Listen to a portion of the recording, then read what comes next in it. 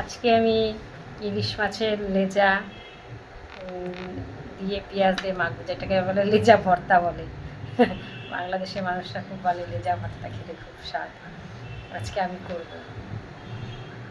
এই যে ইলিশ মাছ, কাঁটাগুলো ছাড়াচ্ছি এখন।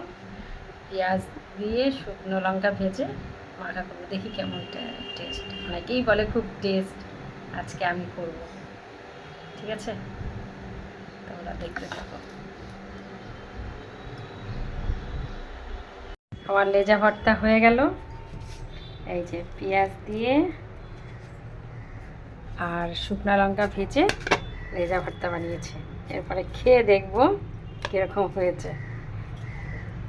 এটা বাংলাদেশে খুব ফেমাস খাবার।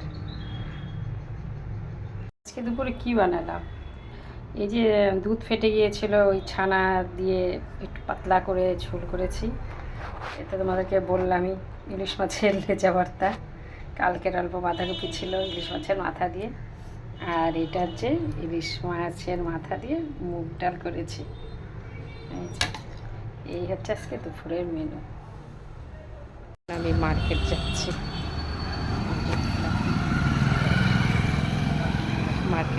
মার্কেট থেকে এসে তোমাদের সাথে দেখা হবে।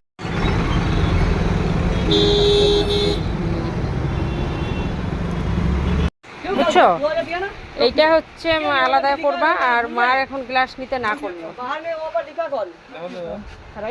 এটা আলাদা করবো। মার গ্লাস নিতে না করলো, কিন্তু আমাদের গ্লাস নিচ্ছ।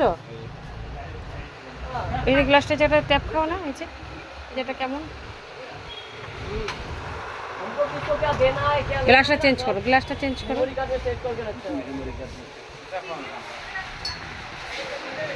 এই নে বাবু,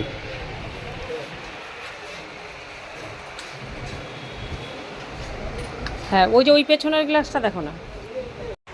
এই যে ঠাকুরের এই থালাগুলো নিলাম, ঠাকুরের এই থালাগুলো দেখে বলো তো কেমন হয়েছে। এই যে কর্পূরদানি। একটা গ্লাস না দুইটা গ্লাস নিবা? এটা নাও তাহলে। বেশি উঁচা হয়েছে, ভারী তো অনেক। এটা নিব। থালাটা ভারী হইলেও কিন্তু গ্লেজ নেই। ওই থালাটা যেন গ্লেজ, এই থালাটা কিন্তু গ্লেজ কম। গোপালটা দেখো কি সুন্দর।